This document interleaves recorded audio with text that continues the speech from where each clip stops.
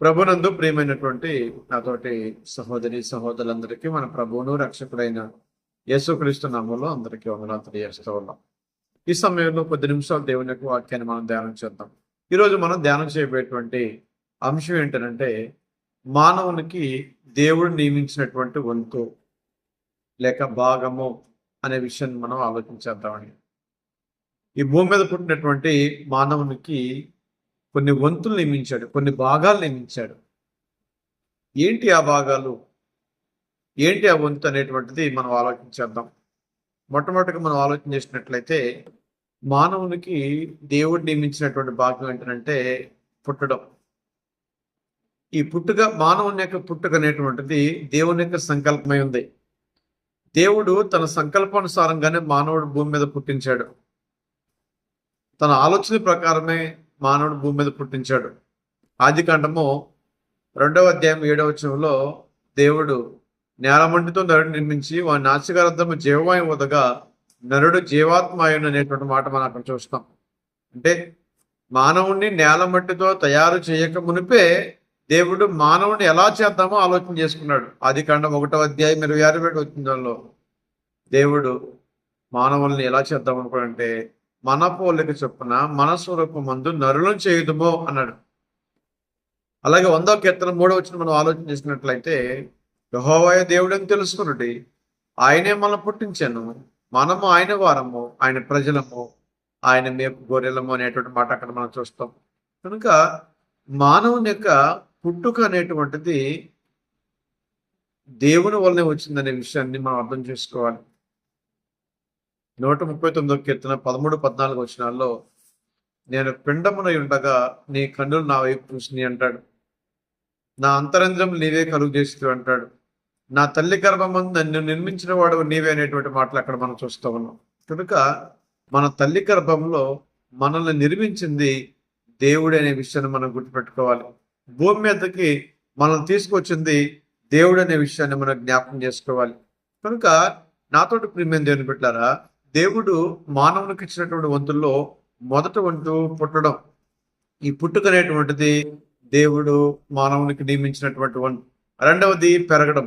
సమూయేలు మొదటి గ్రంథము 2వ అధ్యాయం 26 చూసినట్లయితే, బాలుడు జ్ఞానమందును వయసందును ఎదిగేటువంటి క్రమాన్ని కూడా దేవుడు ఏర్పాటు చేశాడు.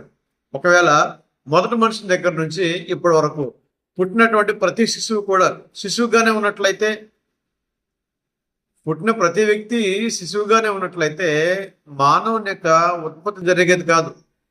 మనుషులు ఇన్ని రకాలుగా ఇన్ని కోట్ల మంది అయ్యేవాడు కాదు.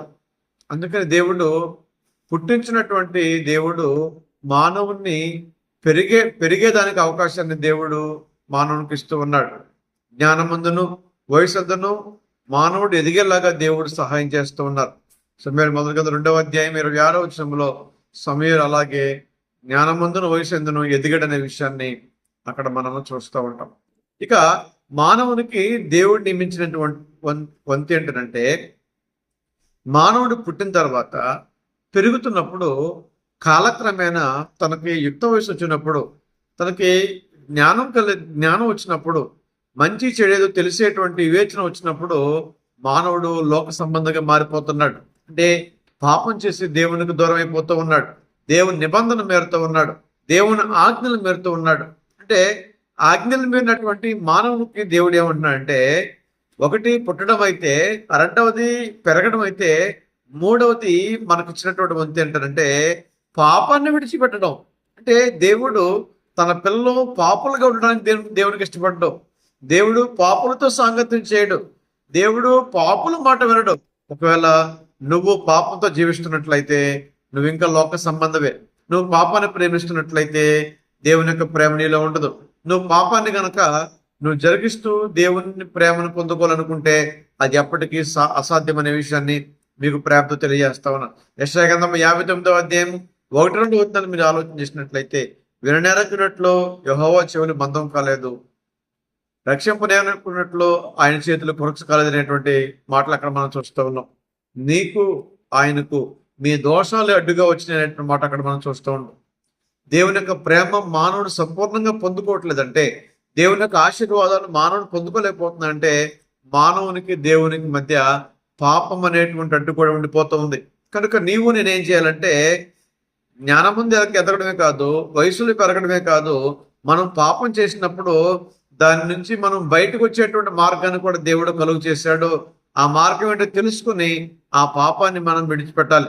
రమపత్రిక 3:23 ఏ భేదము లేదు, అందరూ పాపం చేసి దేవుడు అనుగ్రహించి మహిమను పొందలేకపోతున్నారు అనేటువంటి మాట అక్కడ మనం చూస్తూ ఉన్నాం. రమపత్రిక 6:23 పాపం వల్ల వచ్చే జీతం మరణం.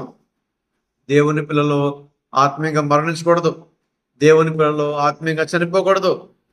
దేవుని పిల్లలు ఆత్మీయంగా చనిపోతే అది దేవునికి బాధాకరమైనటువంటి విషయం. ఆదాములు మనం చూసినట్లయితే పాపం చేసిన వెంటనే వాళ్ళు ఆత్మీయంగా చనిపోయారు, కానీ భౌతికంగా చాలా సంవత్సరాలు వాడు బ్రతికారు. నాతో ప్రియమైన దేని పెట్టారా, ఆత్మీయంగా చనిపోవడం అంటే దేవుని నుండి దూరం అవడం, దేవుని నుండి వేరవడం అనమాట. నువ్వు దేవుని నుండి దూరం అవడం నిన్ను కన్నది దేవునికి ఇష్టం లేదు కనుక నువ్వు ఎల్లప్పుడూ దేవుని దగ్గర నువ్వు ఉండాలంటే, దేవునితో ఉండాలంటే, దేవుని ప్రేమ పొందుకోవాలంటే, దేవుని కృపను పొందుకోవాలంటే నువ్వు పాపం చేసినప్పుడు ఆ పాపాన్ని నువ్వు విడిచిపెట్టాలనేటువంటిది దేవుని యొక్క ఆలోచన ఉంది. అది దేవుడు నీకు ఇచ్చినటువంటి వంతు. అపోస్తుల కార్యములు 2:38 చూసినట్లయితే మారు మనసు పొంది పాపక్షమాపణ నిమిత్తం ప్రతి వాడు యేసుక్రీస్తు నామమున బాప్తీసం పొందాలి అంటాడు. పాపక్షమాపణ ఎప్పుడైతే నువ్వు బాప్తీసం పొందుతావో అప్పుడే నువ్వు పాపం నుంచి బయటపడతావు. ఎప్పుడైతే పాపం నుంచి బయటపడతావో దేవుని కుమారుడు అవుతావు. ఎప్పుడైతే దేవుని కుమారుడు అవుతావో దేవుని యొక్క ప్రేమ ఆశీర్వాదాలను పొందుకుంటావు. ఇక 4వదిగా మానవునికి దేవుడు ఇచ్చినటువంటి వంతు ఏంటంటే భక్తిగా జీవించడం. ఈ లోకంలో ఎంతమంది క్రైస్తవులు అనబడుతున్న వారు, క్రైస్తవేత్తలు ఎంతమంది భక్తిగా జీవిస్తున్నారు? ఎంతమంది భక్తి వారి జీవితంలో సార్థకం చేస్తున్నారు? ఎంతమంది భక్తిని సాధనం చేస్తున్నారు? నాతోటి ప్రియమైన దేని పెట్టారా, భక్తి జీవితం కలిగి నువ్వు లేకపోయినట్లయితే, ఈ లోక సంబంధంగా నువ్వు పాపగా బతున్నట్లయితే దేవుని యొక్క ఆశీర్వాదాన్ని ఎప్పటికి కూడా పొందుకోలేవు. ఒకసారి తిమోతి రాసిన మొదటి పత్రిక 4:7-9 మనం ఆలోచన చేసినట్లయితే, తిమోతి రాసిన మొదటి పత్రిక 4:7 చదువుకుందాం. అపవిత్రమైన ముస్లిం ముచ్చట్లు విసర్జించి దేవభక్తి విషయంలో నీకు నీవే సాధకము చేసుకున్నాము. దేవభక్తి కలిగి ఉండాలి. దేవుడు మనకి ఇచ్చినటువంటి వంతది సాధకము చేసుకున్నాము. శరీర సంబంధమైన సాధన కొంచెం మట్టుగా ప్రయోజనకరము కానీ దైవభక్తి ఇప్పటి జీవ విషయంలోను రాబో జీవ విషయంలోను ప్రయోజనకరమైనది. అన్ని విషయాల్లో ప్రయోజనకరమైనది దైవభక్తి. కనుక దేవుడు నీకు ఇచ్చినటువంటి వంతుల్లో మొదటి వంతు పుట్టడం అయితే, రెండవది పెరగడం అయితే, మూడవది పాపాన్ని విడిచిపెట్టడం అయితే, నాలుగవది భక్తిగా జీవించాలి నువ్వు చనిపోయేంత వరకు. ఈ భూమి మీద నువ్వు ఊపిరి ఆగిపోయేంత వరకు, ఈ భూమి మీద నీ యాత్ర ముగిసేంత వరకు నువ్వు భక్తిగా జీవించాలనే విషయాన్ని దేవుని వాక్యం మనకు తెలియజేస్తూ ఉంది. తీతు పత్రిక 2:11-13 కూడా మనం చూస్తాం. కనుక నాతోటి ప్రియమైన దేని బిడ్డారా, భక్తిగా జీవించాలని మీకు ప్రేమతో తెలియజేస్తూ ఉన్నాను. ఇక చివరిగా 5వదిగా మనం చూసినట్లయితే మానవునికి దేవుడు అప్పగించినటువంటి ఏంటంటే, ఒకటి పుట్టడము, రెండవది పెరగడము, మూడవది పాపాన్ని విడిచిపెట్టడము, నాలుగవది భక్తిగా జీవించడము, ఐదవది భక్తిగా మరణించడం. ఈనాడు చాలా మంది చనిపోతూ ఉన్నారు. మొదట ఆదాము దగ్గర నుంచి ఈ రోజు వరకు పుట్టేవాళ్ళు పుడుతున్నారు, చనిపోయేవాళ్ళు చనిపోతున్నారు. పుట్టినటువంటి మనుషులు ఎంతవరకు భక్తిగా మరణిస్తున్నారు? భక్తిగా మరణించడం అంటే ఏంటి తెలుసా? భక్తి జీవితాన్ని సార్థకం చేసి, భక్తి విషయాల్లో నువ్వు సాధనం చేసి, ఎప్పుడైతే దేవునికి అనుకూలంగా జీవిస్తూ చనిపోతావో అదే భక్తిగా మరణించడం. నువ్వు పాపిగా మరణిస్తే అది నీ విషయంలో దేవుని యొక్క ఉద్దేశం కాదు. దేవుని పిల్లలు పాపిగా మరణించకూడదు. దేవుని పిల్లలు పాపం చేస్తూ మరణించకూడదు. దేవుని పిల్లలు భక్తిగానే చనిపోవాలి. దేవుని పిల్లలు భక్తులుగానే మరణించాలి. కీర్తన గ్రంథము 116:15 యెహోవా భక్తుల మరణం ఆయన దృష్టికి విలువగలది. అందరు కాదండి, యెహోవా భక్తుల మరణము ఆయన దృష్టికి విలువట. నీ మరణము నీకు విలువైనదిగా మారాలంటే నువ్వు భక్తిగా ఉంటూ చనిపోవాలి. ఫిలిప్పీ పత్రిక 1:21 నా మట్టుకైతే బ్రతుకుట క్రీస్తు, చావు నాకు లాభము. క్రైస్తవుడిగా ఉండి చనిపోండి, అది నీకు లాభము. క్రైస్తవుడిగా ఉండి భూమి మీద నువ్వు మరణించండి, అది నీకు విలువ కలతాయి. నాతో ప్రియమైన దేని పెట్టరా, ఎలా బ్రతికేవనేది కాదు, ఎలా చనిపోయావనేది ముఖ్యం అక్కడ. ఎలా పుట్టావనేది కాదు, ఎలా బ్రతుకుతున్నావు అనేది ముఖ్యం అక్కడ. ఏం సంపాదించావని కాదు, ఎలా బ్రతుకుతావు అనేది ముఖ్యం అక్కడ. ఏం కొనుక్కున్నావు అనేది కాదు, దేవుని పక్షాన్ని ఉన్నావా లేదా అనేది ముఖ్యం అక్కడ. అలాగా దేవుడు మనకు అప్పగించినటువంటి వంతులు కొన్ని పూర్తి చేస్తున్నాం. ఇక మీద చేయాల్సినటువంటిది ఉంది, అది మనం చేయాలి. పుట్టాం, పెరుగుతున్నాం, పాపాన్ని విడిచిపెట్టాం. ఇప్పుడు మనం చేయాల్సినటువంటిది భక్తిగా జీవించాలి. 5వది మన ముగింపులో భక్తిగా నటించాలి. అలా చేసి దేవుని పొందాలని అందరికి ప్రేమతో తెలియజేస్తూ అందరికి వందనాలు తెలియజేస్తాను.